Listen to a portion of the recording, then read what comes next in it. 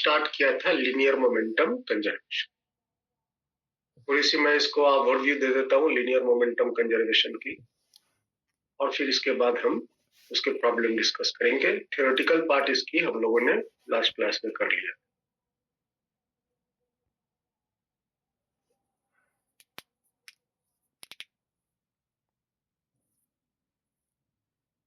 Recording in progress.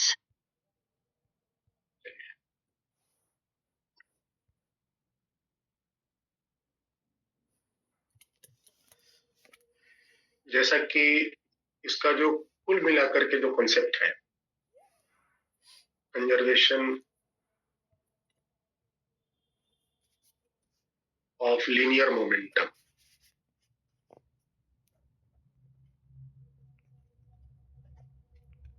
ये एक बहुत ही इंपॉर्टेंट प्रिंसिपल के तौर पर फिजिक्स के न्यूमेरिकल्स को सॉल्व करने में हम यूज करते हैं।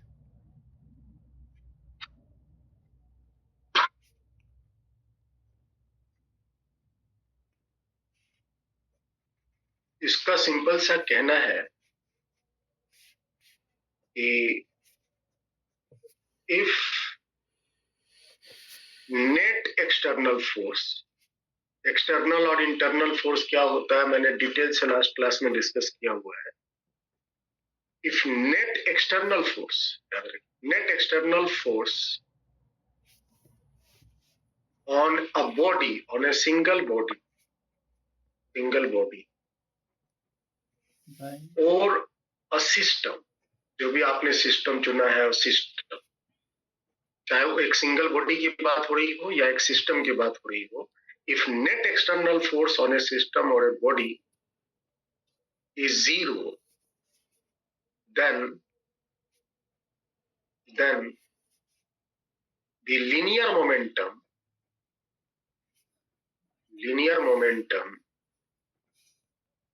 of सिंगल बॉडी, जो भी एक सिंगल बॉडी है या जो सिस्टम है जिस पर आप नेट एक्सटर्नल फोर्स चेक किए कि जीरो है, linear momentum of single body or a system will remain conserved, मतलब वो संरक्षित रहेगा, वो चेंज नहीं करेगा, will remain conserved। मतलब कि total linear momentum initial will be equal to total linear momentum final। याद रखिए, ये सिर्फ लिनियर मोमेंटम कंजर्वेशन तभी डेविएट करेगा जब एक्सटर्नल फोर्स सिस्टम में लग जाए या एक सिंगल बॉडी पे लग जाए। अगर एक्सटर्नल फोर्स का मान जीरो है तो नेट लिनियर मोमेंटम इनिशियल और फाइनल इक्वल। इसी को मैंने बताया था कि अगर इसी प्रिंसिपल को हम एक और तरीके से यूज करते हैं कि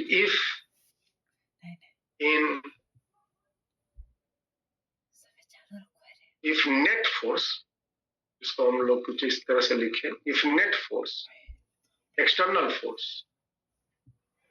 फोर्स इन एक्स डायरेक्शन में जीरो है, एक्स डायरेक्शन में जीरो है, तब आप total linear momentum initial x direction में और total linear momentum final x direction में बराबर कर सकते हैं।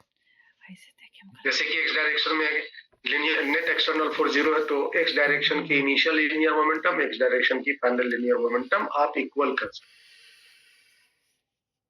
और अगर मान लिया जाए उसी बॉडी पे एक्सटर्नल फोर्स वाई डायरेक्शन में जीरो नहीं है,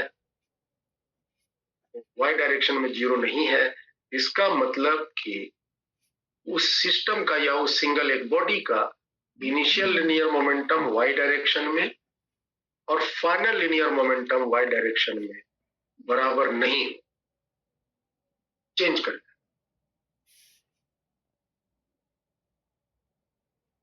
One minute. Shaisa, are you there?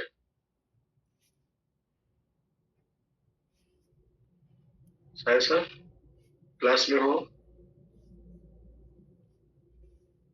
Why you are in waiting room?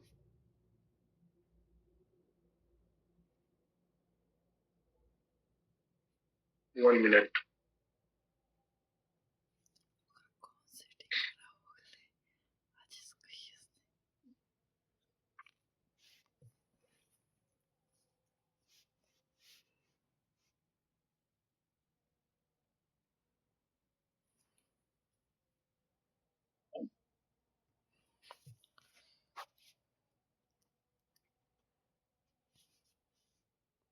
आज डेट कितना है? 20 तारीख,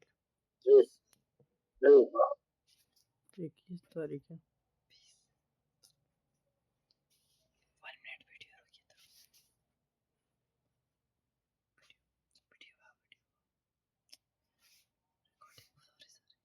रुकी करना है ताकि आप डिसाइड कर सको कि हम किस डायरेक्शन के लीनियर मोमेंटम कंजर्व कर सकते हैं।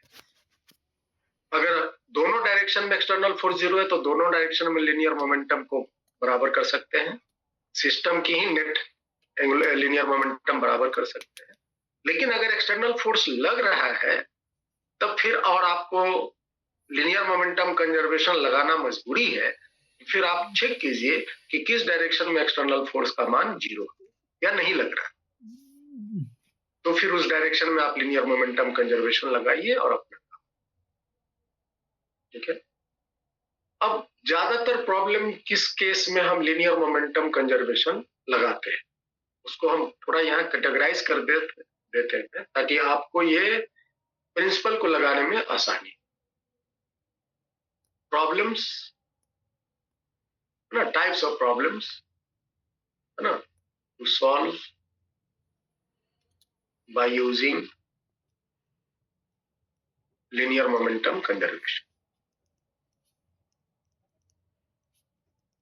Linear momentum conservation. तो किस तरह का प्रॉब्लम होगा जिसमें हम लीनियर मोमेंटम कंजर्वेशन यूज करेंगे ताकि एक पढ़ने के ही बात तुरंत दिमाग में क्लिक करे कि आपको अच्छा यहाँ लीनियर मोमेंटम लगा है। पहला जो प्रॉब्लम का टाइप होता है, if there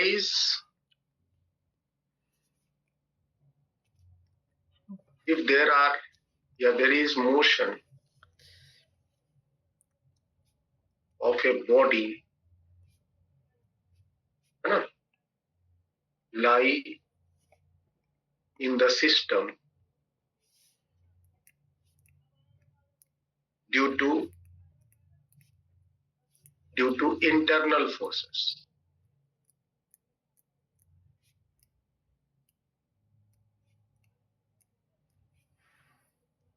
not external force।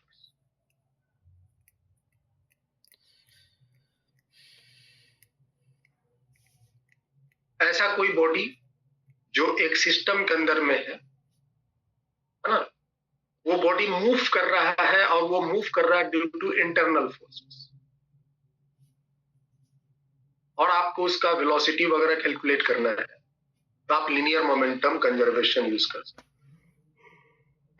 जैसे कि एक मान लो कि आदमी है, बोट पे खड़ा है, बोट पानी के ऊपर रखा हुआ है, पानी ठहरा हुआ है और आदमी लगा चलने, और आदमी के चलने से बोट भी लगा चलने। तो आदमी जो चल रहा है वो किसके कारण, तो बोट ने जो आदमी पे फ्रिक्शन लगाया उसके कारण। बोट लगा चलने किसके कारण, आदमी ने जो बोट पे फोर्स लगाया उसके कारण। और ये जो बोट ने आदमी पे फोर्स लगाया, आदमी ने जो बोट पे फोर्स लगाया, ये दोनों फोर्स हमने क्या पढ़ा था, अगर हम आदमी और बोट को एज ए सिस्टम ले लेते हैं तो ये दोनों फोर्स हो गए इंटरनल फोर्सेस। और यही इंटरनल फोर्स के कारण आदमी चल रहा था, बोट चल रहा। अगर कोई एक सिस्टम के अंदर दो या दो से ज्यादा बॉडी ना यूज हो रहा हो और वो सब मोशन ले रहा हो ड्यू टू इंटरनल फोर्सेस के केस में आप लीनियर मोमेंटम कंजर्वेशन यूज करें। और ज्यादातर केस में कंजर्वेशन ऑफ लीनियर मोमेंटम लगाना ही पड़ेगा, तभी आपके वो प्रॉब्लम सॉल्व। ये हुआ।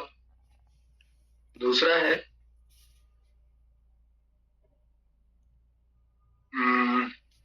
बुलेट प्लस गन प्रॉब्लम ना। बुलेट छोड़ा, गन के साथ गन पीछे की तरफ भागा, तो वैसे केस में जो बुलेट चलता है, गन जो मतलब कि मान लो कि ट्रैगर आपने दबाया, ट्रैगर दबाने से जो बुलेट चला, बुलेट कैसे चला, गन के भीतर जो भी फोर्स के इन्फ्लुएंस है, जो भी भीतर में मैकेनिकल एनर्जी कंजर्व्ड है, वो एनर्जी दिया बुलेट को, तो बुलेट आगे गया। तो गन ने बुलेट को फोर्स लगाया, बुलेट ने गन को फोर्स लगाया, इसके कारण गन पीछे आया। ये दोनों जो घटनाएं घट रही हैं वो बुलेट और गन के आपस में बीच में घट रही हैं। गन ने जो बुलेट पे फोर्स लगाया जिसके कारण बुलेट आगे गया, बुलेट जो गन पे फोर्स लगाया जिसके कारण गन पीछे जाएगा, ये सब भीतर इंटरनल फोर्स के कारण हो रहा है। बुलेट के मोशन में एक्सटर्नल फोर्स का कोई इन्फ्लुएंस नहीं। तो ऐसे केस में हम लीनियर मोमेंटम कंजर्वेशन लगा, बुलेट गन प्रॉब्लम हो गया। उसके बाद all types of collision problem,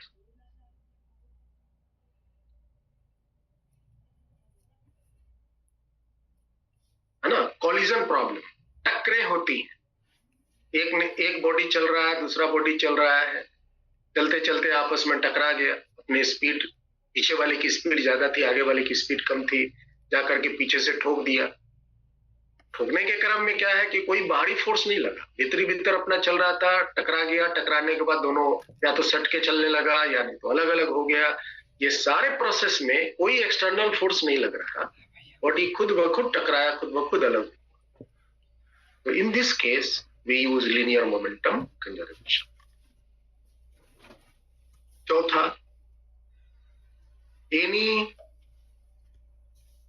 types of explosion,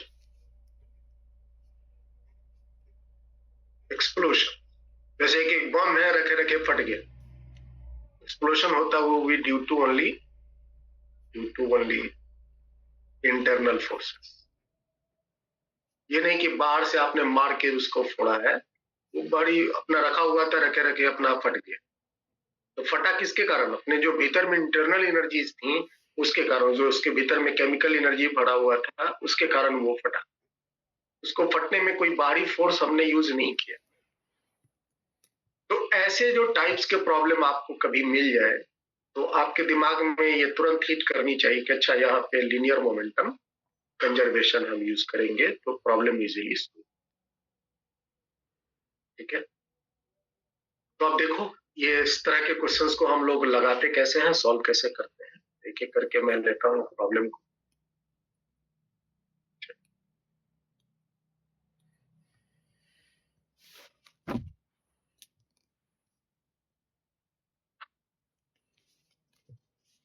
मान लीजिए ये एक बोट, वाटर सरफेस है, वाटर पानी ठहरा हुआ है, इस पर एक बोट है,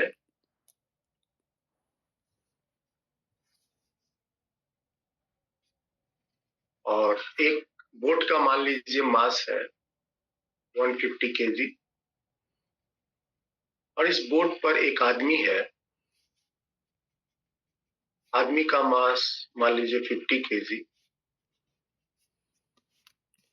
और ये आदमी इस बोट पर दौड़ना शुरू कर दिया। If man starts running with a speed 10 meter per second relative to boat,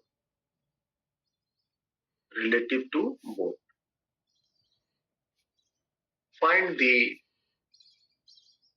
recoil speed of boat, recoil speed of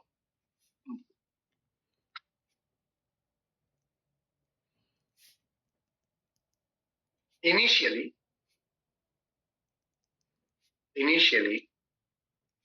man plus boat was at rest.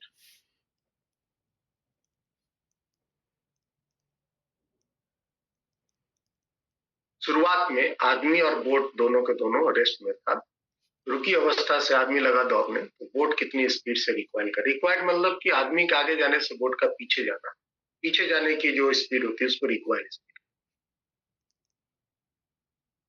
तो देखिए और बताइए क्या हो।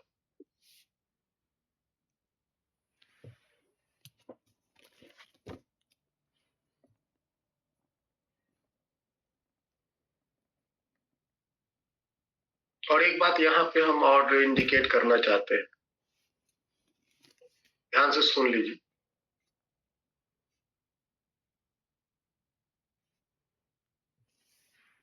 note linear momentum conservation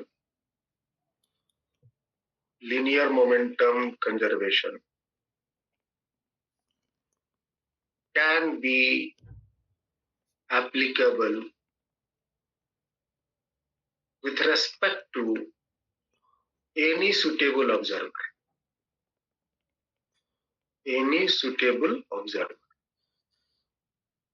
कोई सुटेबल ऑब्जर्वर के respect में हम लीनियर मोमेंटम कंजर्वेशन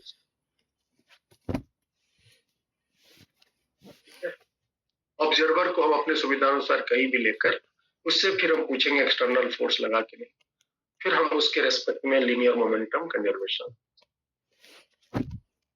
ज्यादातर केस में ग्राउंड के रेस्पेक्ट में ही लीनियर मोमेंटम कंजर्वेशन।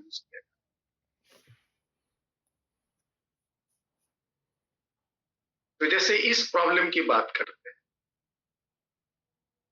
हमसे क्या पूछा जा रहा है? हमसे पूछा जा रहा है कि रिक्वायर्ड स्पीड ऑफ बोट का क्या होगा। तो बोट की स्पीड को हम कहां से देख पाएंगे? क्या बोट पर बैठ के देख पाएंगे या ग्राउंड पे बैठ के देख पाएंगे? ग्राउंड पे बैठ के देख पाएंगे। तो अगर हमको ग्राउंड के रेस्पेक्ट में बोट की स्पीड अगर निकालनी है, हम ग्राउंड पे ही ऑब्जर्वर लेकर के ये प्रॉब्लम को सॉल्व कर सकते हैं। ठीक है, सिचुएशन यहां पर बड़ा स्पष्ट है कि विथ रेस्पेक्ट टू ग्राउंड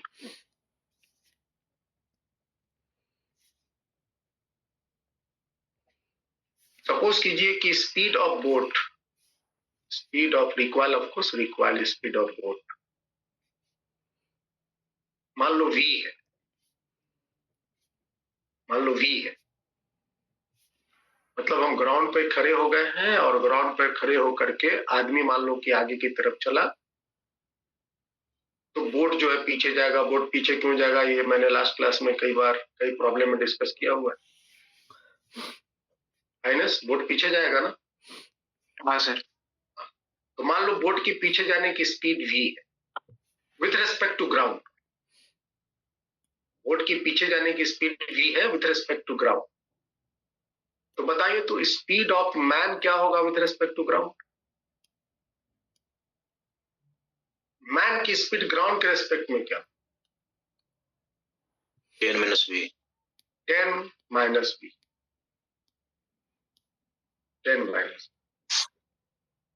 अगर बोट रुका रहता तो आदमी की स्पीड वही 10 रहती, लेकिन बोट तो पीछे जा रहा है।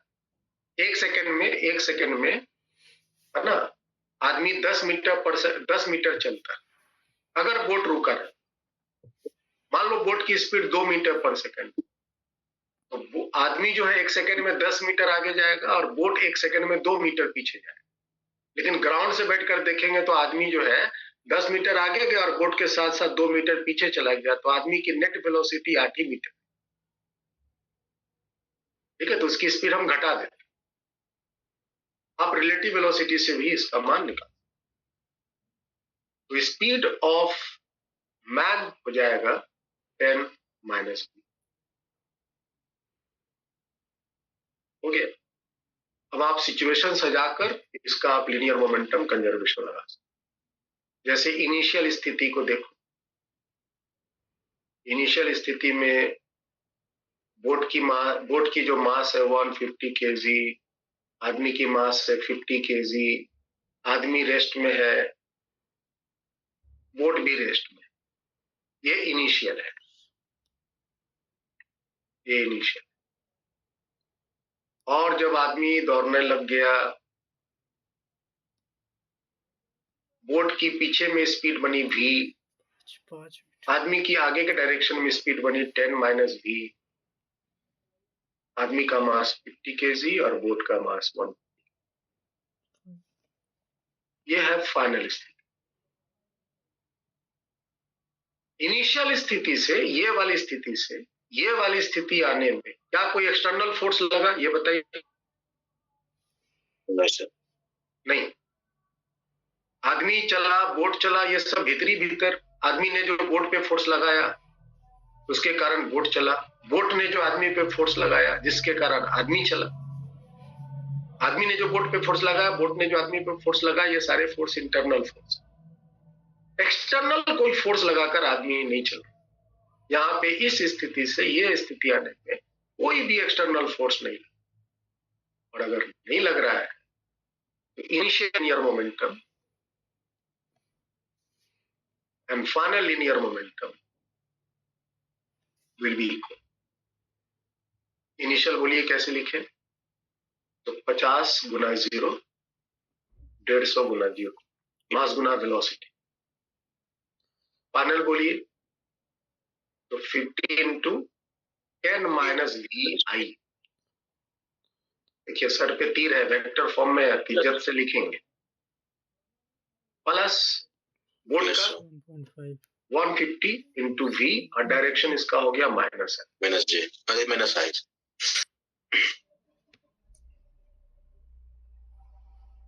ठीक है। और अगर आई नहीं यूज करेंगे तो आगे के डायरेक्शन वाले को वेलोसिटी पॉजिटिव लेंगे, पीछे वाले डायरेक्शन की वेलोसिटी को निगेटिव लेंगे। ठीक है, तो यहां पर माइनस वी लिखना पड़ेगा। और अगर आप आई जे यूनिट वेक्टर यूज करते हैं तो फिर कोई टेंशन की बात, इजीली उसका डायरेक्शन उसके साथ लगा दीजिए, सॉल्व कीजिए। अब बताइए तो इसका वैल्यू क्या है।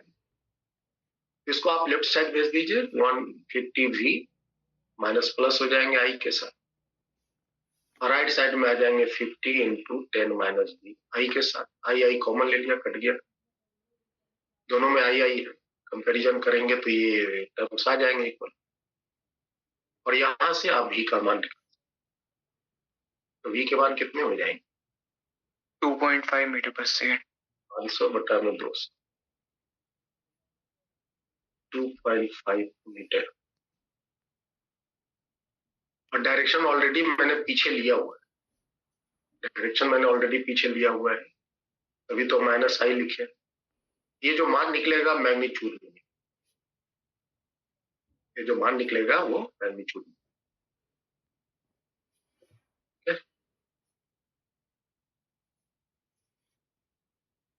Opposite to stop map, opposite to speed of map, ये पीछे है।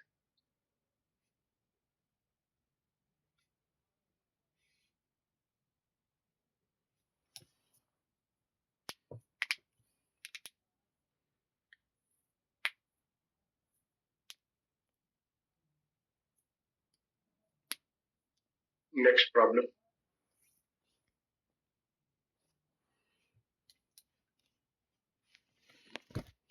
a bomb of mass, a bomb of mass 6m initially at rest,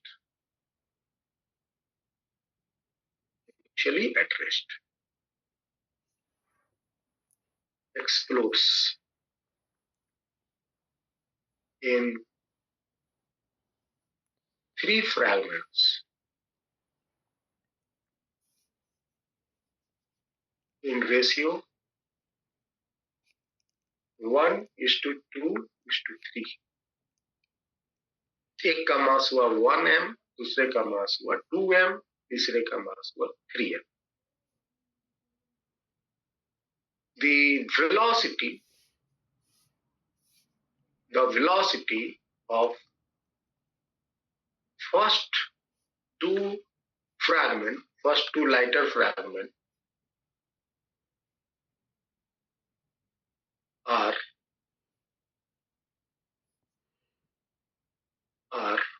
4 meter per second in x direction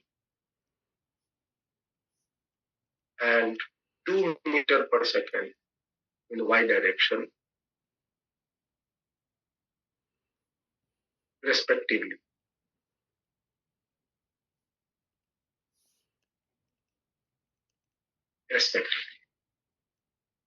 इसमें निकालना है find the velocity of third fragment.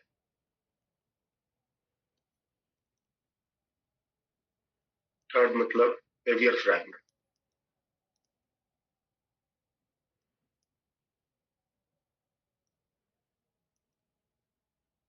और find कीजिए decrease in internal energy. Internal energy कितना decrease करेगा ये बताइए.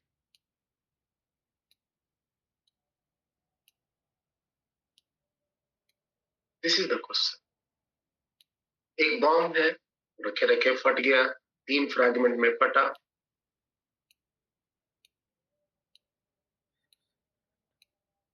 एक की स्पीड हुई 4 मीटर पर सेकंड एक्स डायरेक्शन में, दूसरे की स्पीड हुई 2 मीटर पर सेकंड वाई डायरेक्शन में, तीसरी की वेलोसिटी क्या होगी, मतलब इसकी स्पीड उसका डायरेक्शन क्या होगा.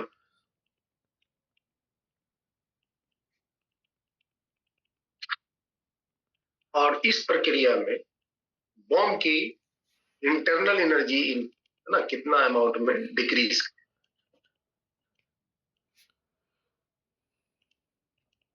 So this is the problem.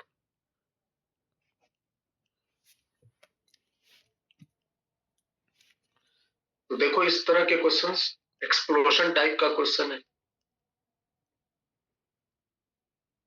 एक बॉम्ब रख दो, बॉम्ब का मास 6m है और इनिशियली ये रेस्ट में, वेलोसिटी 0. ये इनिशियल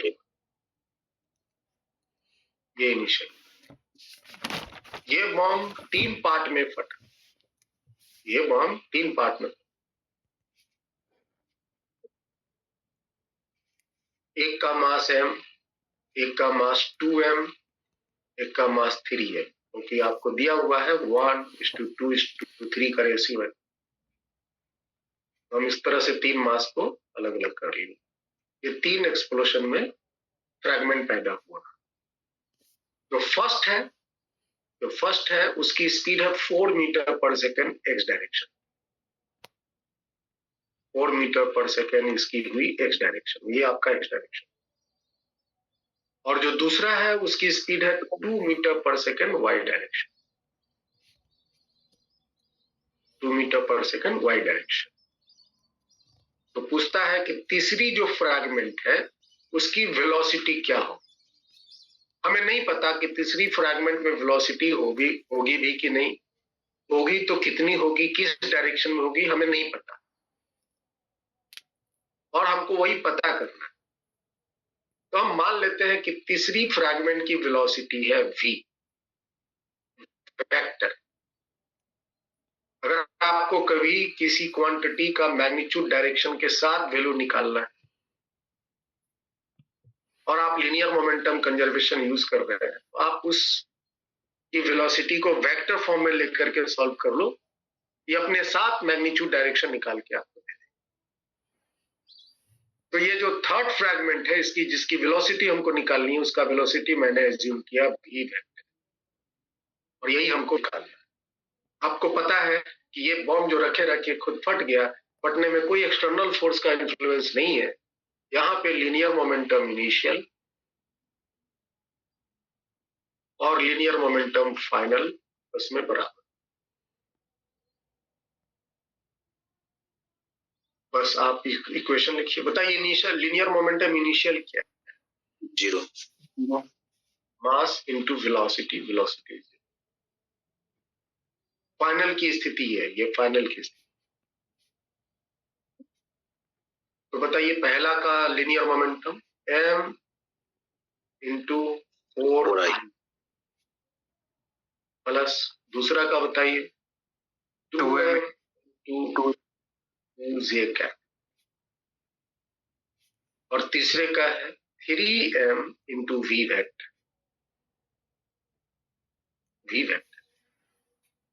और आपको यहां से v वेक्टर का वैल्यू कैलकुलेट करना है. m सारे तो कैंसिल हो जाएंगे, तो v वेक्टर की वैल्यू क्या आ जानी है? v वेक्टर की वैल्यू होंगे -4/3 आई के। i plus j। देखो तो यही आएगा ना। Yes sir.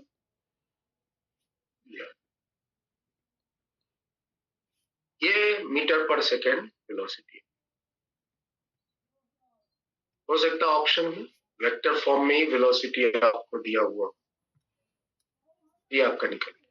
अगर आप इसका मैग्नीट्यूड डायरेक्शन अलग अलग निकालना चाहते हैं तो आप इसका फिगर ड्रॉ कर लीजिए। -i डायरेक्शन में कितनी वेलोसिटी है? 4/3। -j डायरेक्शन में कितनी वेलोसिटी है? 4/3। तो ये जो थर्ड -j है ना सब, माइनस जे नीचे सर। -i डायरेक्शन में 4/3 वेलोसिटी मीटर पर सेकंड, -j डायरेक्शन में भी 4/3 मीटर पर सेकंड। तो जो थर्ड फ्रैगमेंट है उसकी वेलोसिटी इस तरफ, और रूट टू। ये दोनों वेक्टर सेम है तो ये एंगल एग्जैक्टली 45 डिग्री आएगा। और ये वेलोसिटी थर्ड फ्रैगमेंट, आप इसकी वैल्यू बता सकते हो √अंडर 4/3 का स्क्वायर प्लस 4/3। 4/3 root two. जैसे वेक्टर में आप रिजल्टेंट निकालने से आ जाएंगे 4 √2 मीटर पर सेकंड। और ये एंगल थीटा 45 डिग्री, 4/3 है ना, 45 डिग्री।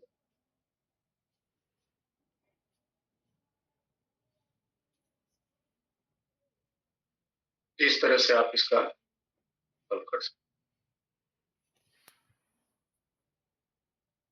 वैसे इसी प्रॉब्लम को हमने जो अभी तो ये जो बेसिक अभी जो कॉन्सेप्ट यूज किया, अभी जो मैंने पैटर्न यूज किया सॉल्व करने का, ये सबसे बेस्ट तरीका है इसी प्रॉब्लम में लीनियर मोमेंटम कंजर्वेशन लगाने का। तरीका सीखते चलिए। सबसे पहले हम क्या कर रहे हैं, सबसे पहले हम इसकी इनिशियल जो स्थिति है उसको रिप्रेजेंट कर रहे हैं, उसकी मास, उसकी वेलोसिटी दिखा रहे हैं। फिर उसके बाद जो भी घटना घटी, उस घटना के बाद जो फाइनल स्टेज बना, फाइनल सिचुएशन बना, उसका भी हम एक पिक्चर ड्रॉ कर रहे हैं, उसमें भी उसके मास वेलोसिटी दिखा रहे हैं।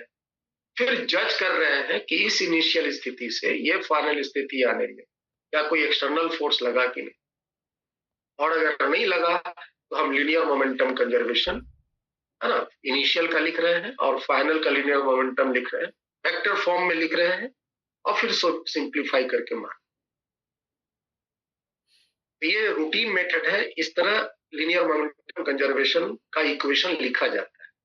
पहले फिगर बनाओ, फिगर में डाटा डालो, फिर चेक करो एक्सटर्नल फोर्स लगा कि नहीं, और अगर लगा, अगर नहीं लगा तो लीनियर मोमेंटम इक्वेशन। अब देखो इसी प्रॉब्लम को फास्ट सॉल्व करने का जो तरीका है, तरीका वही है जो हमने सीखा, वही तरीका है। इसी को हम टेक्निकली फास्ट कैसे करते हैं, तो ध्यान से सुनो और समझो। ये बताओ कि इनिशियल लीनियर मोमेंटम क्या है? इनिशियल क्या है? 0। और क्या इनिशियल से फाइनल आने में क्या कोई एक्सटर्नल फोर्स लगा कि नहीं? नहीं सर। इसका मतलब फाइनल भी लीनियर मोमेंटम 0 होगा। यस। इनिशियल 0 था और एक्सटर्नल फोर्स नहीं लगा तो फाइनल भी लीनियर मोमेंटम क्या होगा? 0 होगा।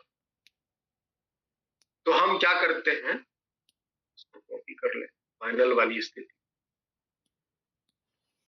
इनिशियल तो हमको पता है, फाइनल को हमको 0। तो बताओ इसका लीनियर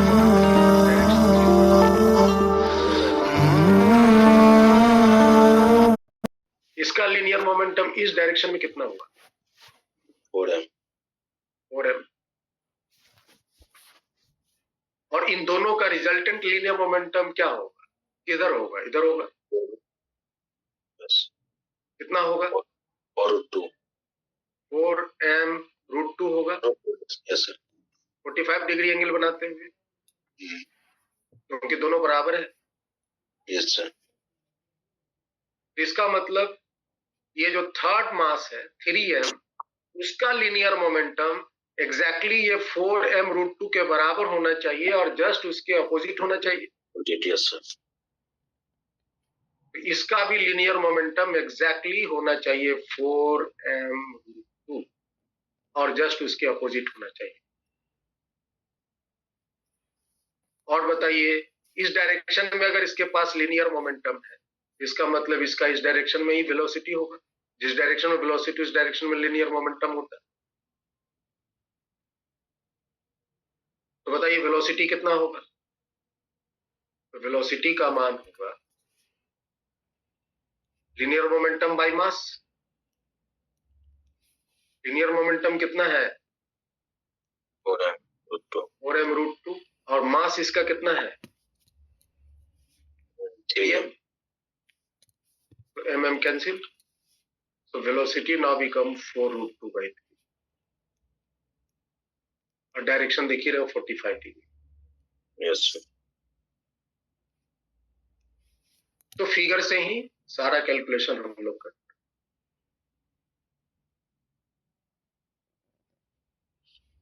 समझ में आया?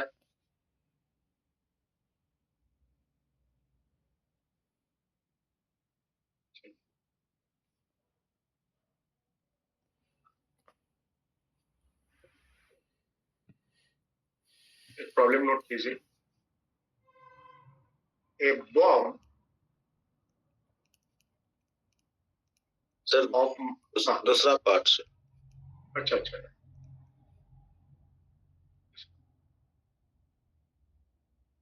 अच्छा ये बताओ कि टकरा फटने से पहले, सेकंड पार्ट जो इसका, फटने से पहले टोटल काइनेटिक एनर्जी सिस्टम का क्या था? 0 था सर। 0 था। हाफ m मीन्स 6m और स्पीड 0, तो काइनेटिक एनर्जी 0 था। और फटने के बाद इसकी टोटल काइनेटिक एनर्जी कितनी होगी? Half 6m। हाफ नहीं, इंडिविजुअल बोलो। पहला जो मास है m, yes sir. m। Speed है 4 स्क्वायर। दूसरा बोलो kinetic energy, half 2m। 2m 2 का स्क्वायर। 2 स्क्वायर। तीसरा का बोलो हाफ 3m यस। इंटू तीसरा का स्पीड है ना 4√2/3, 4√2/3 का होल स्क्वायर। थोड़ा इसको सिंप्लीफाई करके बताओ क्या आएगा। ये हो गया 16/2 8 है। ये हो गया 2 2 कट गया तो 4 है। इधर कितना आ गया? ये देखो 30/3। तो 4 चौके 16, 16 दूनी 32, ये 3 से कट जाएगा, 32 का 2 से कट जाएगा तो हो जाएगा 16, 16 m। 16/3m। ठीक है, यस सर। चेक कर लो 16/3m आएगा आयनेश? ये सर उतना ही आएगा। हाँ। अब इसको थोड़ा सिंप्लीफाई करो। ये कितना हो गया? 8 4 12, 12 3 36, 36 और 16 52m/3। 52m/3। तो क्या काइनेटिक एनर्जी यहां बढ़ गया कि कंजर्व है? काइनेटिक एनर्जी इनिशियल 0 है, काइनेटिक एनर्जी फाइनल इतना है, तो काइनेटिक एनर्जी बढ़ गया। बढ़ गया सर। कितना बढ़ा? इंक्रीज इन काइनेटिक एनर्जी हुआ। 52 इंक्रीज m। मतलब final minus initial, that is 52। 52 m। अब प्रश्न उठता है कि ये काइनेटिक एनर्जी बढ़ा क्यों? एनर्जी के बारे में तो हम जानते हैं, energy can neither be created nor be destroyed. Energy can only convert its one form into the another. तो शुरुआत में ये बम रेस्ट में था, यहां पर उसकी काइनेटिक एनर्जी 0 थी। फटने के बाद ये जो सिस्टम है उसकी काइनेटिक एनर्जी हो गई 52m/3। मेरा प्रश्न ये है कि इसको इतनी काइनेटिक एनर्जी कहाँ से आई, किसने दिया, ट्रांसफॉर्म हुआ सर, किसने दिया, कहाँ से इंटरनल। आया? हाँ, जब ये फटा तो फटा किसके कारण, जो भीतर में उसके पास जो केमिकल एनर्जी है, जो बारूद है ना, जो भीतर में उसकी केमिकल एनर्जी है, that is the internal energy, वो के कारण ये फटा, और फटने के क्रम में इन तीनों में मोशन दे दिया, इससे काइनेटिक एनर्जी बढ़ी। और जितनी अमाउंट ऑफ काइनेटिक एनर्जी आप बढ़ा, पीछे उतना ही अमाउंट ऑफ उसकी भीतर की इंटरनल एनर्जी कम हुआ। समझ में आ रहा? तो ये जो इंक्रीज इन काइनेटिक एनर्जी हुआ, that will be the decrease in internal. तो डिक्रीज इन इंटरनल एनर्जी,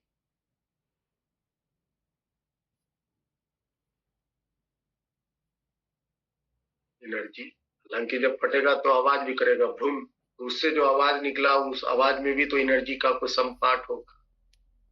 उसको हम अगर नेग्लेक्ट कर देते हैं, आग निकला, हीट बना, हीट के कारण भी कुछ एनर्जी बनेगा, उसको भी हम नेग्लेक्ट कर देते हैं और मान लेते हैं कि जितनी भी इंटरनल एनर्जी है सब के सब काइनेटिक एनर्जी में convert. So the decrease in internal energy will be equal to increase in kinetic if other losses in energy are neglected, and that is equal to 52m/3।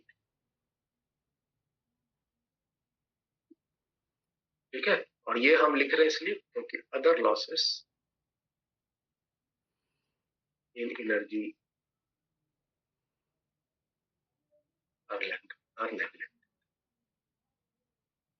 Other losses में क्या है, जैसे फटा, हो सकता है कि चिंगारी निकले, आग निकले, या फटने के क्रम में ये जो 3 फ्रैगमेंट बने वो गर्म हो जाए, आवाज निकले, आवाज है साउंड एनर्जी, अगर वो सारी जो हीट एनर्जी है, साउंड एनर्जी है, आग निकला लाइट एनर्जी है, ये सब एनर्जी को अगर हम नेग्लेक्ट कर देते हैं तो फिर हम यहाँ कहेंगे कि जो already decrease in internal energy converted into the kinetic, and that is equal to 52m। समझ में आया? Yes sir.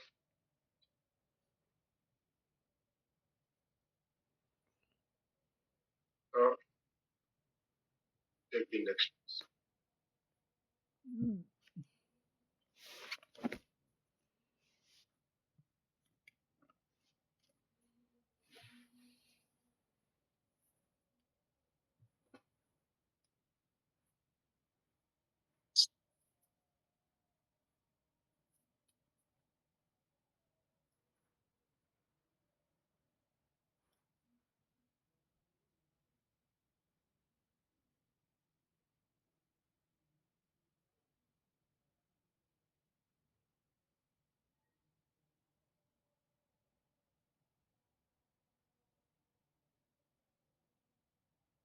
in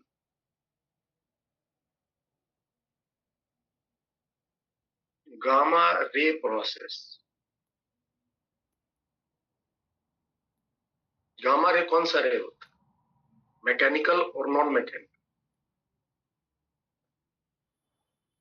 वेदांत बताओ, गामा रे कौन सा रे है?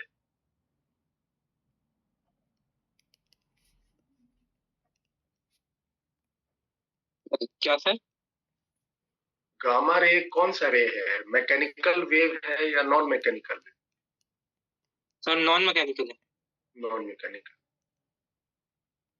क्या इसको चलने के लिए मीडियम चाहिए, नहीं चाहिए? नहीं, सर नहीं चाहिए। नहीं चाहिए।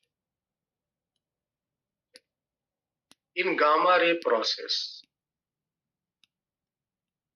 the internal energy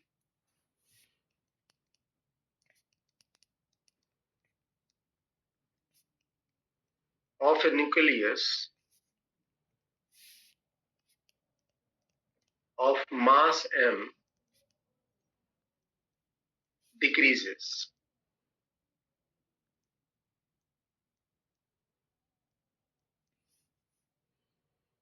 decreases. A gamma photon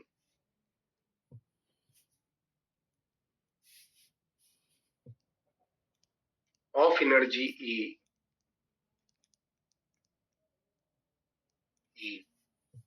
and linear momentum E by C is emitted.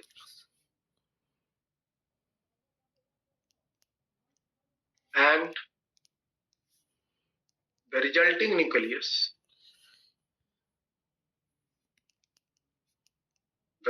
nucleus recoils. Find the decrease in internal energy.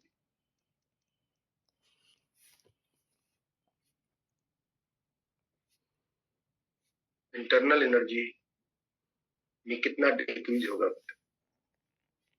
अच्छा, ये बात बताइए, गामा फोटोन में मास होगा नहीं होगा? नहीं हो rest mass of gamma photon is 0. परंतु उसके पास एनर्जी है, उसके पास लीनियर मोमेंटम एनर्जी है E, लीनियर मोमेंटम है E बाई C. एक न्यूक्लियस से ये गामा फोटोन निकल रहा है, उस न्यूक्लियस का मास m है.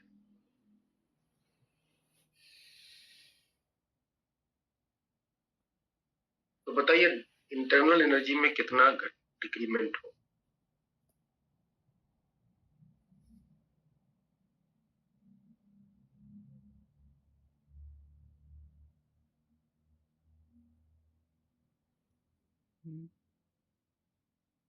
तो ये मान लीजिए न्यूक्लियस है, इसका मास m है. इनिशियली ये रेस्ट में, अभी गामा फोटोन नहीं निकला है. इसके बाद जो ये न्यूक्लियस है, इस न्यूक्लियस से एक गामा फोटोन बाहर निकला. एक गामा फोटोन बाहर निकला, ठीक है. इसके पास मास नहीं है, एक गामा फोटोन बाहर निकला. इसके पास एनर्जी है और इसके पास एक लीनियर मोमेंटम. लीनियर मोमेंटम का वैल्यू कितना है? वो है E बाई C. ये जो पीछे जो न्यूक्लियस बचा, उसका मास क्या वही रहेगा या घट जाएगा? वेदांग बताओ. वही रहेगा सर. मास वही रहेगा.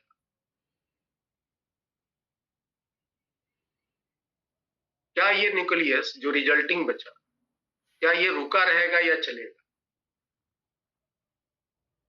रुका रहे. इससे जब गामा फोटोन निकला तो ये जो न्यूक्लियस बच गया, गामा फोटोन निकलने के बाद जो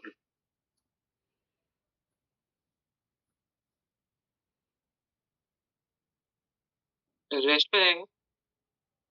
सोचो. सर न्यूक्लियस रिकॉइल करेगा. Very good.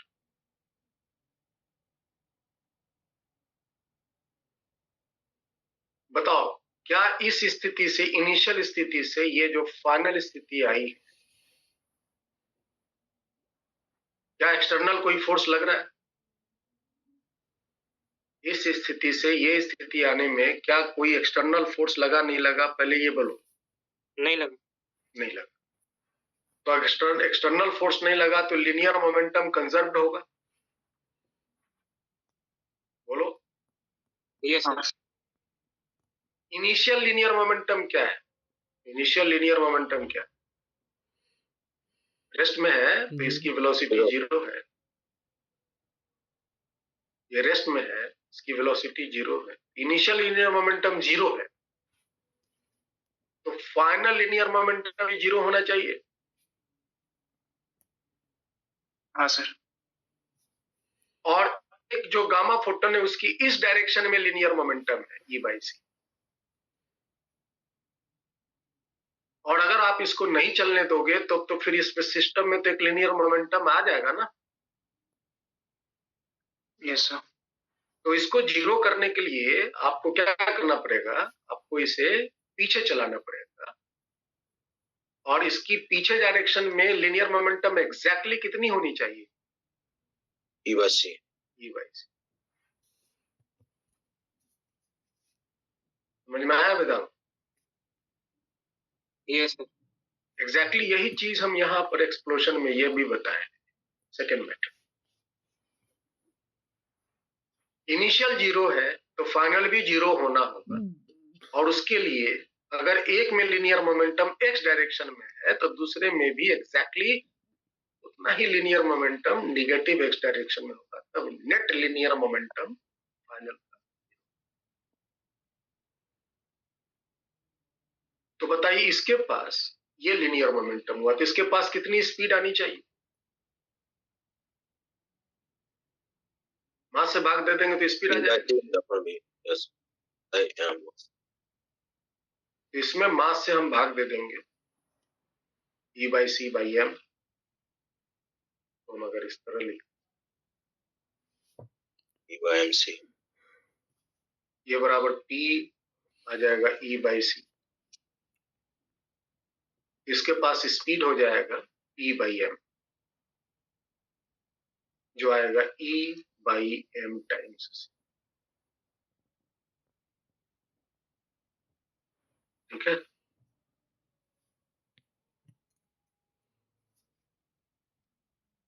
अब आप ये बताइए, यहां पर किस किस रूप में एनर्जी क्रिएट हो रहे हैं? इनिशियल से फाइनल आने में किस किस रूप में एनर्जी नई नई बन रही है? एक तो ये जो गामा फोटोन है उसके पास एनर्जी E बनी, तो दिया ही हुआ है ना, गामा फोटोन में एनर्जी E है। और एक जो ये जो रिजल्टिंग न्यूक्लियस है उसमें इस डायरेक्शन में स्पीड बना और उस स्पीड से काइनेटिक एनर्जी बनेगा। बोलो हाँ। Yes, sir. और ये जो एनर्जी आ रही है, एक तो गामा फोटोन में जो एनर्जी E आ रही है और इसके मोशन के कारण जो इसमें काइनेटिक एनर्जी आ रही है, ये सारी एनर्जी कहां से आई? Internal. न्यूक्लियस के इंटरनल एनर्जी से आ रही है। तो पीछे ये सारी एनर्जी जब निकल जाएंगी तो उसका इंटरनल एनर्जी क्या वही रहेगा या चेंज हो जाएगा? अरे बोलो भाई, चेंज हो जाएगा वही रहेगा? चेंज हो जाएगा। चेंज हो जाएगा तो क्या होगा, बढ़ेगा या घटेगा? घटेगा। घटेगा। कितनी घटेगा? जितना ये सब जितनी एनर्जी ऊर्जाएं निकल रही हैं, जितनी ऊर्जाएं बन रही हैं। So decrease in internal energy, ये बराबर होगा एनर्जी जो फोटोन में आया that is E plus kinetic energy of nucleus. Nucleus की kinetic energy half m into V²। V इसका कितना है?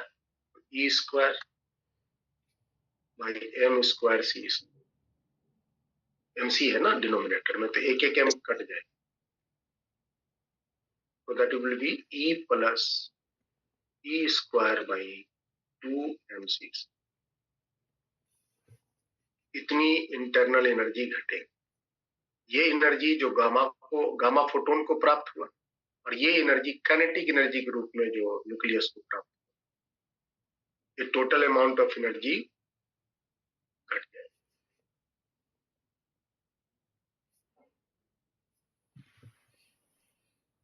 समझ आया?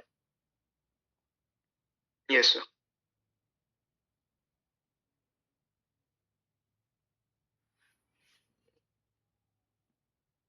Next, a bomb of mass 3m is projected with a speed v, making an angle theta with horizontal.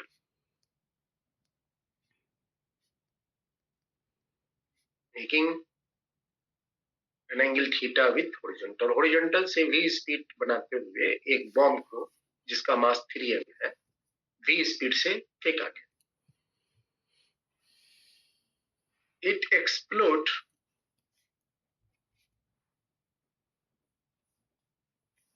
at maximum height.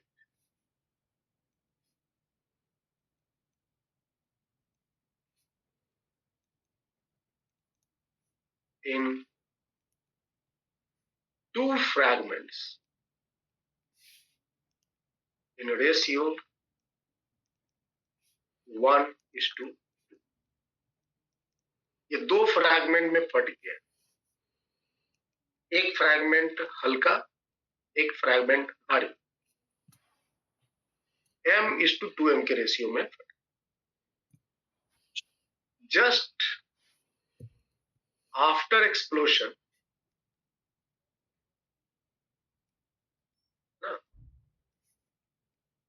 The lighter fragment, जो हल्का fragment है, retraces the path.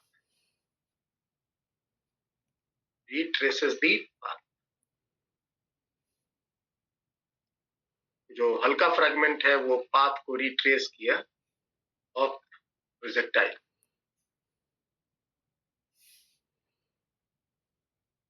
इसको निकालना है. फाइंड द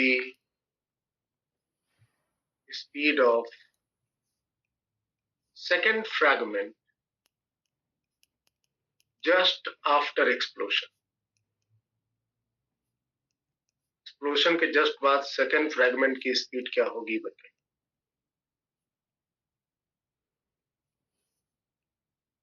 और दूसरा, find the position of landing of second fragment from point of projection. जहां से हमने फेंका है वहां से सेकंड फ्रैगमेंट कितनी दूर जाके लैंड करेगा.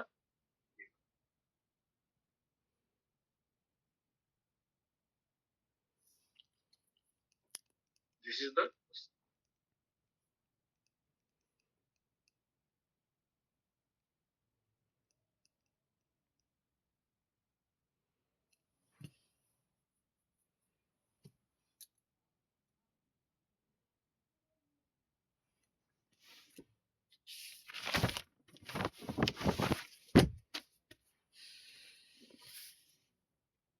अच्छा. एक बात ये बताओ आप लोग, ये जो रिट्रेस होने की शर्तें हैं वो क्या है?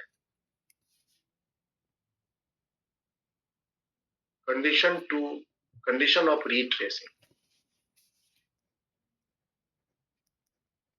बताओ वेदांत, कुछ जानते हो तो. सर रिट्रेसिंग का मतलब वही कि पाथ से लौट जाना. मतलब जो मतलब 3m वाला पार्टिकल का जो पाथ था उसी से चला जाएगा. हाँ, उसी पाथ से वापस लौटा. अच्छा, लौट गया. रिट्रेस कर रहा है ना. रिट्रेस मतलब लौटना होता है ना. अच्छा. जैसे ये देखो, जैसे कि मान लो कि हम ये फ्रैगमेंट 3m है ना वाले को फेंकते हैं कुछ स्पीड v से. कुछ स्पीड v से फेंका और थीटा एंगल बनाते हुए फेंका. और ये जो गया गया गया गया गया गया और यहाँ पे दो पार्ट में फट गया. एक पार्ट क्या बना? एक पार्ट बना m और एक पार्ट बना 2m. एक पार्ट बना 2m. यहाँ पे फट गया. तो ये जो लाइटर फ्रैगमेंट है, जो हल्का fragment, just after explosion the lighter fragment retrace the path.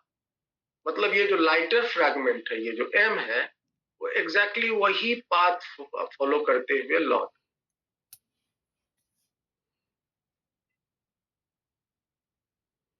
इसके लौट आने की क्या शर्त फिर y डायरेक्शन की वेलोसिटी 0। वाई डायरेक्शन की वेलोसिटी 0, ठीक है। और सर x में वो v cos थीटा। हाँ, तो देखो फटने से पहले की स्पीड क्या थी? ये जो 3m जब यहां पहुंचा था, इसकी फटने की स्पीड यहां पर थी v cos थीटा, ठीक है। फटने की स्पीड क्या थी? v cos theta. तो इसकी स्पीड भी अगर एग्जैक्टली मैक्सिमम हाइट, इसकी स्पीड एग्जैक्टली अपोजिट डायरेक्शन में अगर v cos थीटा हुआ, तो एग्जैक्टली ये पाथ फॉलो करते हुए हुआ है। रिट्रेस होने की ये शर्त। मास चाहे कुछ भी हो, अगर स्पीड सेम तो पाथ वही रहे, क्योंकि एकमात्र एक्सेलरेशन ड्यू टू ग्रेविटी लग रहा है।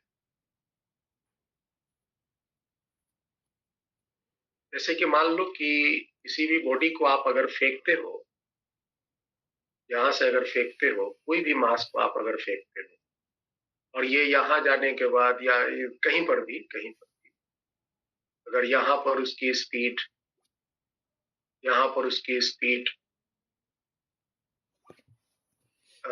मीटर पर 20 मीटर पर सेकेंड एक्स डायरेक्शन में सपोज करो एंगल 37 एंगल बनाते हुए लग रहा है। अगर कोई एक दूसरा मास को चाहे उसका मास कुछ भी हो, है ना, अगर आप उसको एग्जैक्टली अपोजिट डायरेक्शन में 20 मीटर पर सेकेंड से और हॉरिजॉन्टल के साथ अगर 37 डिग्री एंगल बनाते हुए फेंकोगे, तो हूबहू यही पाथ लेते हुए वो वापस,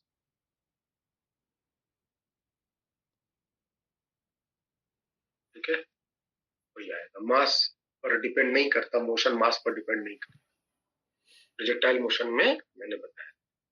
चलो ठीक है, तो ये आपकी हो गई कंडीशन टू रिट्रेस होने के लिए मैक्सिमम हाइट पर फटने से पहले जो स्पीड थी, वही स्पीड अगर लाइटर फ्रैगमेंट पकड़ लेगा तो वो अपने पाथ को रिट्रेस कर।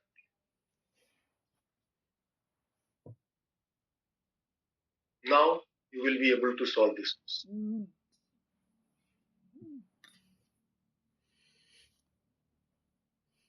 अच्छा, एक बात बताओ सबको, ध्यान से सुनना, समझना। ये जो बॉम्ब को हमने फेंका v स्पीड से थीटा एंगल बनाते हुए, ये तो आप सबों को मालूम है कि ये प्रोजेक्टाइल मतलब पैराबोलिक पाथ लेते हुए मैक्सिमम हाइट तक आएगा। तो ये जो पैराबोला पाथ है, ये जो बॉम्ब है, कभी यहां पहुंचेगा, कभी यहां पहुंचेगा, कभी मैक्सिमम हाइट पे पहुंचेगा।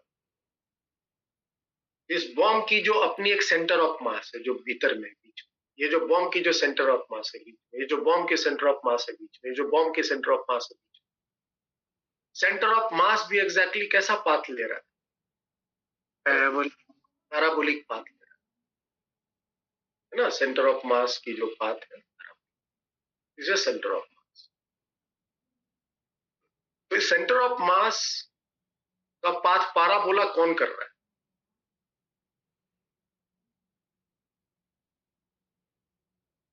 सेंटर ऑफ मास का वेलोसिटी चेंज हो रहा है कि कांस्टेंट है, ये बताओ। सेंटर ऑफ मास की वेलोसिटी चेंज हो रही है कि वेलोसिटी कांस्टेंट है? सर चेंज हो रही है। चेंज हो रही है ना। क्या चीज में चेंज हो रही है? मैग्नीट्यूड में, डायरेक्शन में, दोनों में? दोनों में सर। दोनों में चेंज हो रही है। स्पीड घटता जा रहा है, तो सेंटर ऑफ मास की स्पीड घटता जा रहा है। डायरेक्शन मुड़ रहा है, डायरेक्शन भी चेंज हो रही है। तो क्या इस बॉम्ब पे कोई एक्सटर्नल फोर्स लग रहा होगा? नहीं लग रहा? लग रहा होगा सर। लग रहा होगा। बिना एक्सटर्नल फोर्स के तो लीनियर मोमेंटम चेंज हो नहीं सकता, सेंटर ऑफ मास की वेलोसिटी चेंज हो नहीं सकती। तो यहाँ एक्सटर्नल फोर्स लग रहा है। बताइए वो कौन सा एक्सटर्नल फोर्स है जो इसके सेंटर ऑफ मास की वेलोसिटी को चेंज करे? Gravity. The only and only force, gravity, is acting during motion of this bomb, due to which the center of mass velocities keep on changing and the linear momentum of this bomb also changes. So due to gravity,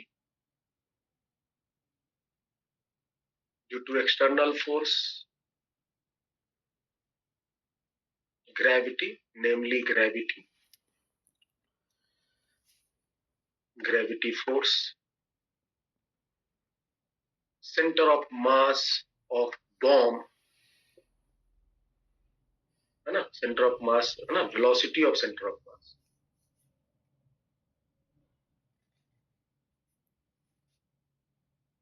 velocity of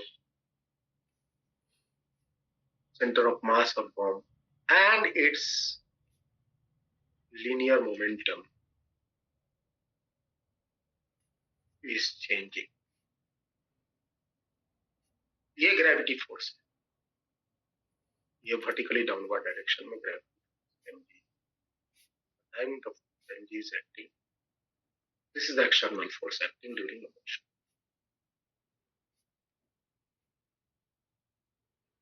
अच्छा, फटने के बाद भी वही external force लग रहे हैं।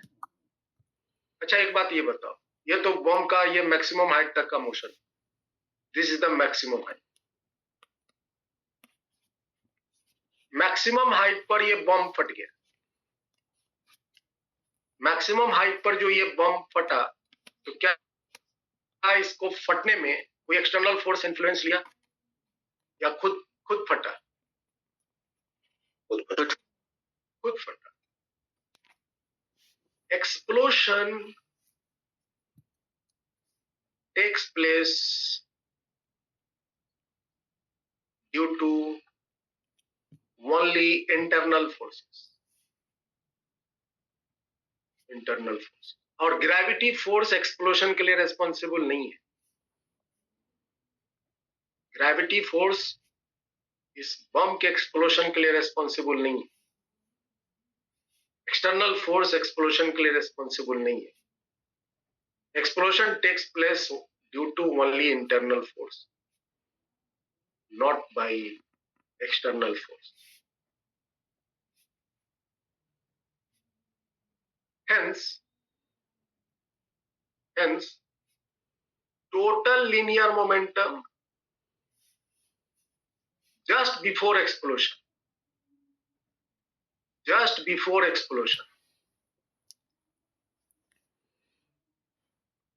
फटने के जस्ट पहले linear momentum and total linear momentum just after the explosion. यहां जस्ट बिफोर जस्ट आफ्टर की बात हो रही है, 10 मिनट पहले 10 मिनट बाद की बात नहीं हो रही है। तब तो उस पीरियड में तो एक्सटर्नल फोर्स लग रहे हैं। जस्ट आफ्टर एक्सप्लोशन जी ये सेम रहेंगे, क्योंकि एक्सप्लोशन के जस्ट पहले, एक्सप्लोशन के जस्ट बाद linear momentum conserve।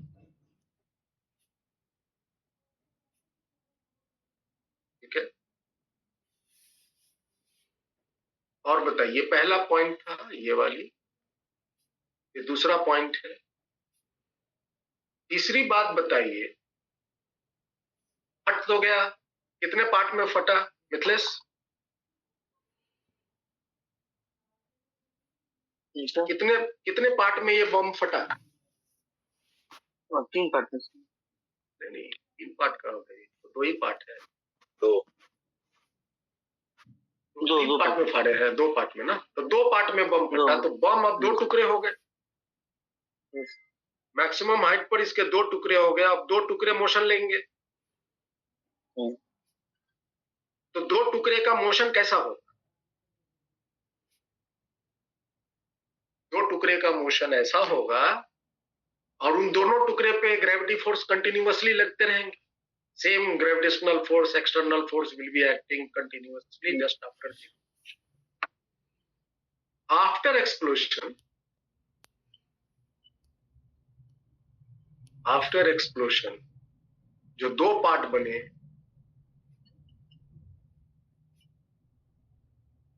the center of mass of two fragment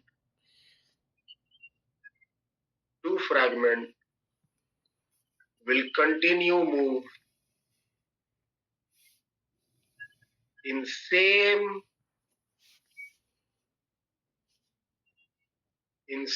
path of projectile motion.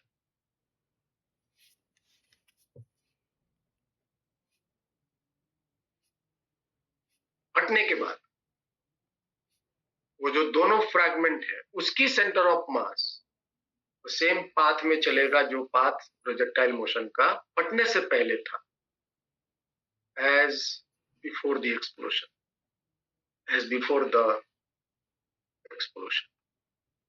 Explosion के पहले जो सेंटर ऑफ मास की पाथ थी वही पाथ में चलेगा।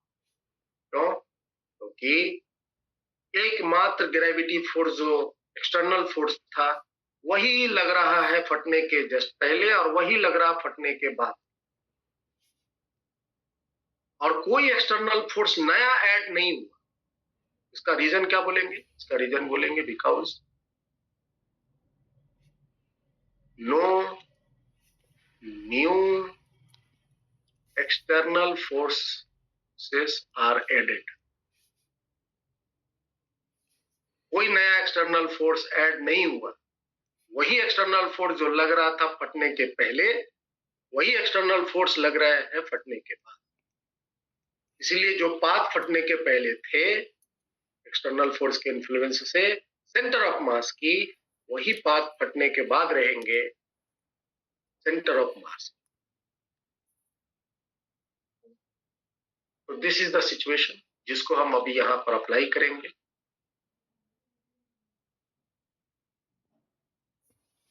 और बताइए, अब तो प्रॉब्लम सॉल्व करना बहुत इजी है। ये लो जी, ये है 3m मास का बॉम्ब जिसको मैंने v स्पीड से थीटा एंगल बनाते हुए फेंका है। ये बम चला चला चला मैक्सिमम हाइट पे पहुंचा 3m। फटने के जस्ट पहले इसकी स्पीड थी, तो मालूम है मैक्सिमम हाइट पर स्पीड होती है v cos थीटा। ये जस्ट बिफोर एक्सप्लोजन।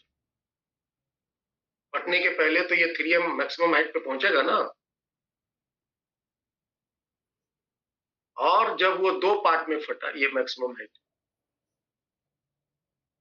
ये जो दो पार्ट में फटा, एक पार्ट का मास m और एक पार्ट का मास 2m, वहीं पे है, वहीं पे, जस्ट फटने के पहले जस्ट फटने के बाद की बात। ये जो m है, जो लाइटर फ्रैगमेंट है, वो अपने पाथ को रिट्रेस कर लेता है। रिट्रेस का मतलब हुआ कि फटने के जस्ट बाद इसकी इस डायरेक्शन में वेलोसिटी एक्वायर्ड हो जाएंगे v cos। और ये जो दूसरा है 2m, पता नहीं इसका वेलोसिटी क्या होगा, होगा कि नहीं होगा, होगा तो किधर होगा, तो हम उसकी वेलोसिटी का वेक्टर फॉर्म मान लेते हैं। Suppose its velocity is v1 vector, क्योंकि v के रूप में हम इसको यूज है ना। तो फटने के पहले फटने के बाद, जस्ट बिफोर जस्ट आफ्टर, हम लीनियर मोमेंटम कंजर्वेशन लगा सकते हैं। पहला सवाल का जवाब मिलेगा just linear momentum just before,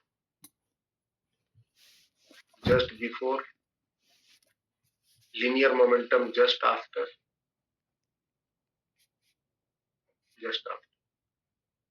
अच्छा, ये जस्ट बिफोर जस्ट आफ्टर में ही लीनियर मोमेंटम हम कंजर्व कर सकते हैं, याद रहे।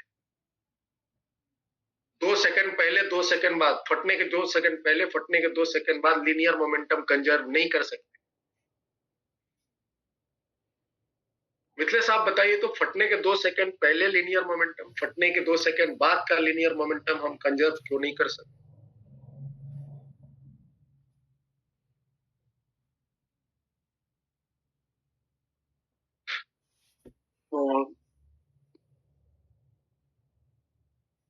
इसलिए क्योंकि टोटल कितना ड्यूरेशन हो गया, 4 सेकंड हो गया ना। फटने के 2 सेकंड पहले या फटने के 2 सेकंड बाद टोटल ड्यूरेशन कितना हो गया? 4 सेकंड में तो एक्सटर्नल फोर्स, ग्रेविटी फोर्स तो लग रहा है ना। हाँ, वो ग्रेविटी फोर्स क्या होगा? लीनियर मोमेंटम सिस्टम का चेंज कर देगा। Linear momentum velocity of centre of मास को चेंज कर देगा, लीनियर मोमेंटम सिस्टम को चेंज कर देगा। ठीक है, लेकिन जस्ट फटने के पहले, जस्ट फटने के बाद ये पीरियड में लीनियर मोमेंटम चेंज नहीं हो पाएगा, क्योंकि हम इस पीरियड में टाइम को होने नहीं दिए है, लैप्स होने नहीं दिए। तो बताइए जस्ट फटने के पहले लीनियर मोमेंटम क्या है? फिगर देखिए और फटाफट बोलिए। 3m मास v cos थीटा। माथा पर तीर है, इज्जत से लिखिए। v cos थीटा बोलने से गड़बड़ा जाए। आई क्या? फटने के जस्ट बाद mass into velocity v cos theta, direction minus i. और जो दूसरा है उसकी वेलोसिटी तो हम जानते नहीं, हम उसका वेक्टर फॉर्म में अपने आप इसका मान मैग्नीट्यूड डायरेक्शन के साथ आपको निकलना है। अगर आप बाकी सबको वेक्टर फॉर्म में लिखेंगे तो ये जो दूसरा फ्रैगमेंट है उसकी वेलोसिटी ऑटोमेटिक वेक्टर फॉर्म में मैग्नीट्यूड डायरेक्शन के साथ आए। तो आप इसको क्या कीजिए ना, लेफ्ट साइड ट्रांसपोज कीजिए, तो minus M B cos theta, यहाँ 3 एम बी कॉस थीटा मिलके हो जाएंगे 4 M B cos theta. Right side में 2 एम वी वन वेक्टर, और यहां से v1 वेक्टर की वैल्यू आएंगे, mm तो कट जाएगा, 2 v कहाँ रह गया? 2v cos theta 4mv cos theta होगा।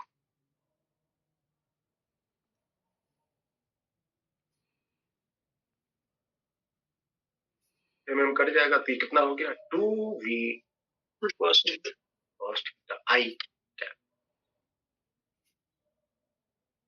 ये फटने के बाद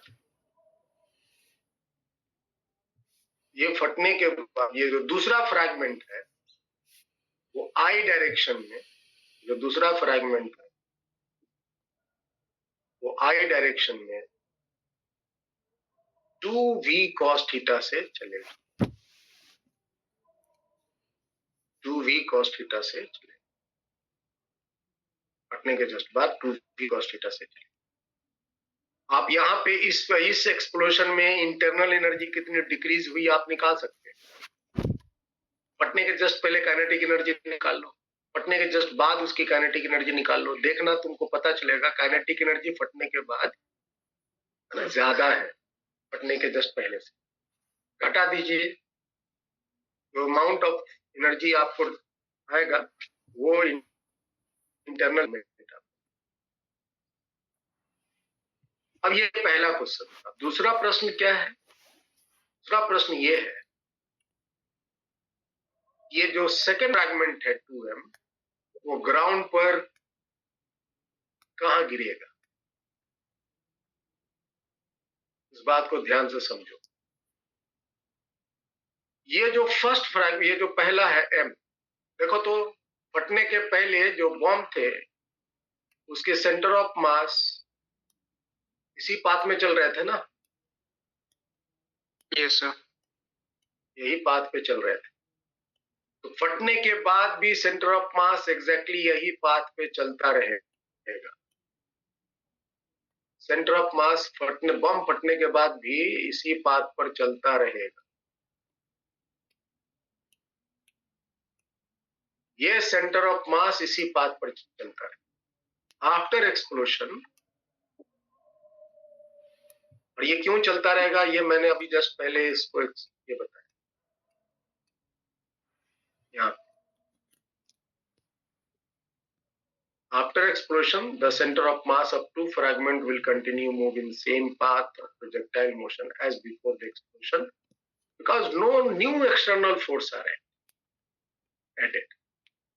कोई नया एक्सटर्नल फोर्स ऐड नहीं हुआ, जो पहले लग रहा था अभी भी वही लग रहा है। और जिसके कारण जो उसकी पाथ बनी थी पैराबोला, अभी भी वही लग रहा है, तो उसका पाथ कंटिन्यूअसली एग्जैक्टली वही पैराबोला है। इसका मतलब ये सेंटर ऑफ मास की जो पाथ थी, सेंटर ऑफ मास, यहां भी सेंटर ऑफ मास की। अब ये कैसे संभव है भाई? तो देखो ध्यान से, ये जो बॉम्ब है, ये जो फ्रैगमेंट है, वो इस तरह से चलेगा, ऐसे ऐसे, और ये जो फ्रैगमेंट है 2m वाला, वो चलेगा कुछ ऐसे, इसकी गति ज्यादा है, ऐसे चलेगा। जब ये कभी यहां पहुंचेगा, ये जो 2m वाला है, वो कभी जब यहां पहुंचेगा, ठीक है, तो ये जो 2m वाला है कभी यहां पहुंचेगा, इन दोनों को अगर आप ज्वाइन करो, इसका सेंटर ऑफ मास आप यहाँ पर दिया। ये m वाला जब कभी यहां पहुंचेगा, ये m वाला कभी यहां पहुंचेगा, ये 2m वाला कभी यहां पहुंचेगा, और इन दोनों का सेंटर ऑफ मास एग्जैक्टली यही होगा जो पाथ पे होना है। थोड़ा देर बाद ये वाला m यहां पहुंचेगा, तो ये जो 2m है एग्जैक्टली यहां पहुंचेगा, ताकि इस दोनों का सेंटर ऑफ मास यही है, यही पाथ पर, यही सेंटर ऑफ मास के पास। जिस क्षण ये m ग्राउंड को हिट करेगा, जिस क्षण ये m ग्राउंड को हिट करेगा, एग्जैक्टली उसी समय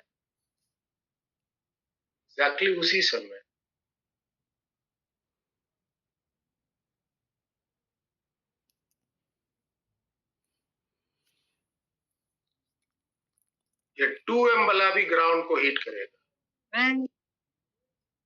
ताकि इसका सेंटर ऑफ मास,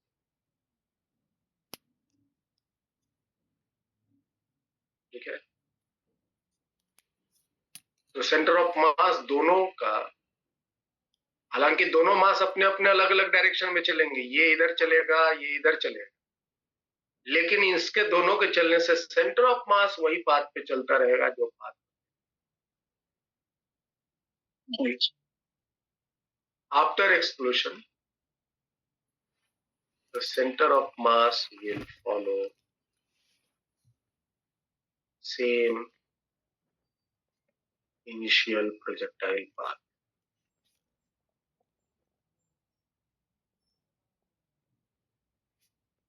तो आपसे क्या पूछ रहा है?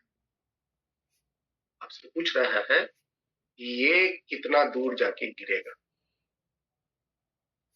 ये डिस्टेंस आपसे पूछ। इस second fragment point of projection से कितनी दूरी पर जाके गिरेगा, ये आप, this x you have to find. निकालना बड़ा इजी है। अब देखो ध्यान से, ये आपकी है सेंटर ऑफ मास, ये है सेंटर ऑफ मास। यहां से पता नहीं कितनी दूरी पर ये 2m गिरा है, ये 2m गिरा है, लेकिन यहां से पीछे एग्जैक्टली r दूरी पर तो m गिरा, ये तो पता है ना वेदांत? Yes sir. यहां से r दूरी पीछे तो ये m गिरा है, और ये पता नहीं कितनी दूरी गया, तो मान लेते हैं इसको कुछ l मान लेते हैं। और आपको निकालना क्या है? आपको निकालना है ये पूरी x। तो x की वैल्यू क्या हो जाएंगी? r plus l। और आपको दो पार्टिकल सिस्टम का कॉन्सेप्ट मालूम है, उसको लगा दीजिए, मान निकालने। बताइए तो, m into r will be equal to 2m into l। mm cancel, so l is equal to r by 2। Sir m into 3m होगा सर, 3m होगा बोलते।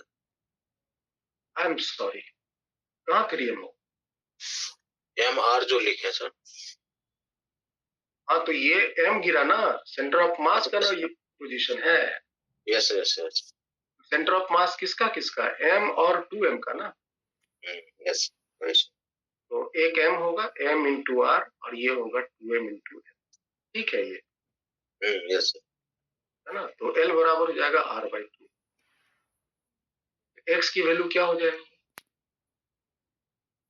r plus l, r plus r/2, 3r/2। तो sir x will be equal to, हाँ बोलो। Sir अगर वहां पे हम लोग काइनेमेटिक्स से इक्वेशंस लगाते तब आर की वैल्यू नहीं आ जाएगी?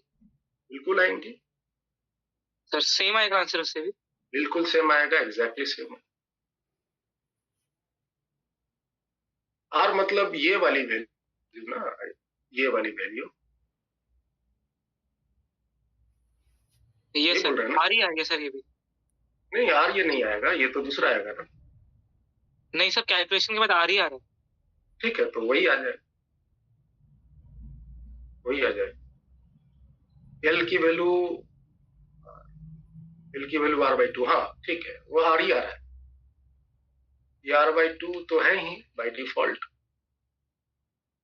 और ये टोटल चूंकि ये L का वैल्यू भी r/2 आया यहाँ पे। अभी देखो यहाँ L की वैल्यू r/2 ही आया, तो ये वैल्यू टोटल r ही आ रहा है। तो आप जब प्रोजेक्टाइल मोशन यूज करेंगे तो एग्जैक्टली वैल्यू ये r ही आए। चलो अभी हम करके देखते हैं, टेंशन क्या लेना है, करके देखेंगे। तो पहले बताओ x की वैल्यू क्या आई वेदांत? Sir 3r/2। 3r/2, और r की वैल्यू क्या है, v square sin 2 theta by g. G. Distance आ गया 3v square sin 2g will be the answer. So देखने के बाद इनिशियल पॉइंट ऑफ प्रोजेक्शन से इतनी दूर बाद find the position of landing of the second fragment from the point of projection. Point of projection से सेकंड पार्टिकल की जो लैंडिंग पोजीशन होगी वो होंगी 3/2 v स्क्वायर sin 2 थीटा। अब आइए, अब हम जो वेदांग ने क्वेश्चन उठाया, मैं उसको जस्ट चेक करना चाहता हूँ। ये हाइट कितनी है वेदांग, मैक्सिमम हाइट है ना? u square sine square theta by 2g। हाँ, तो u की जगह मैंने v लिया हुआ है, तो v square sine square theta divided by 2g से फेंका, और इसकी मास है 2m। मास की तो जरूरत नहीं है। बताइए यहाँ पर स्पीड कितनी है? 2v cos theta. 2v cos theta. इसके इन्फ्लुएंस से ये दूरी आपको निकालनी, ये दूरी को मैंने कितना लिया, सपोज हम इसको दूरी को d ले लेते हैं, तो d की वैल्यू हमको निकाल। तो फटाफट बताइए, इस डायरेक्शन में तो एक्सेलरेशन 0 है और इस डायरेक्शन में एक्सेलरेशन का मान g। यहाँ पहुंचने का टाइम बोलिए, u sin टाइम थीटा का formula. By g।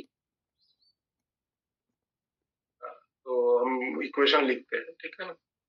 s is v square sine square theta by 2g। हम ये फॉर्मूला लगा रहे हैं, s is equal to ut plus half at square y direction.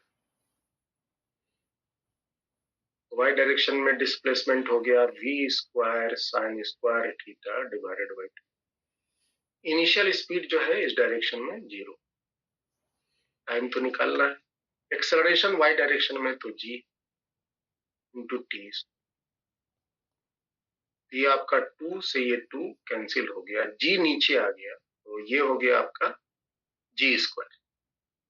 तो t की वैल्यू आएंगी v साइन थीटा बाई जी। दोनों साइड रूट ले लीजिए तो g सबके स्क्वायरिंग हट गए। यहाँ पहुंचने का टाइम, वैसे याद रखिए टाइम निकालने का जो शॉर्टकट फॉर्मूला था √2h/g। h की वैल्यू यहाँ पे ये वाली है ना, ये लगा करके आप फटाफट बता सकते। वैसे हम इक्वेशन इसलिए लिखते हैं ताकि फॉर्मूला जनरली बच्चे भूल जाते हैं, लेकिन ये वाली आप कभी नहीं। ये आपका टाइम निकल गया और ये दूरी d का मान कितना है? d आ जाएगा 2v cos Cos theta theta into t। ये हो जाएंगे 2v cos थीटा और t की वैल्यू क्या है? v sin theta divided by, तो v स्क्वायर हो गया 2 sin theta cos theta sin 2 theta divided by, और यही तो रेंज का फॉर्मूला है ना वेदांत? Yes sir. तो क्या वही आया ना? हाँ सर भैया। हाँ वही है, एग्जैक्टली वही है। आप फिजिक्स के कोई भी प्रिंसिपल को कहीं भी लगा, अगर आप बिल्कुल सही लगाएंगे तो एग्जैक्टली वही है। लेकिन वेदांत इस मेथड से निकालना तो इजी है ना, जो मैंने अभी सिखाया। Yes sir. उसमें क्या है कि अभी जैसे मैंने एक क्वेश्चन करवाया, अभी क्या बोलेगा कि जो ये पार्टिकल है, ये जो बॉम्ब है, वो मैक्सिमम हाइट पर नहीं फटा, मैक्सिमम हाइट के हाफ हाइट पर ही फट गया, मतलब यहीं फाड़ दिया उसको, यहीं फाड़, मैक्सिमम हाइट का हाफ हाइट पर ही फाड़ दिया।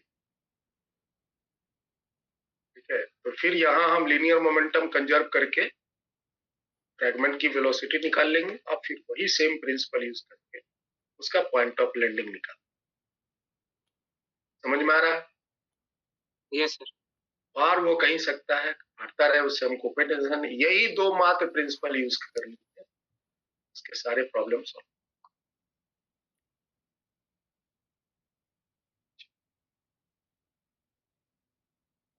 तो बेसिकली हमने मोशन रिलेटेड प्रॉब्लम डिस्कस किया, बोट वाला, एक्सप्लोशन टाइप के प्रॉब्लम्स किया, गन बुलेट वाला प्रॉब्लम यही है, तो इसको नेक्स्ट क्लास में कर लेंगे। और उसके बाद एक अलग टॉपिक ही है कॉलिजन, इसमें बहुत सारे टाइप्स हैं और उसके एप्लीकेशंस हैं, तो हम इसको एक अलग चैप्टर में कर लेंगे और इसको नेक्स्ट क्लास में याद दिलाना आप लोग कि एक दो प्रॉब्लम हम बुलेट गन का करेंगे, and then after we will start the next topic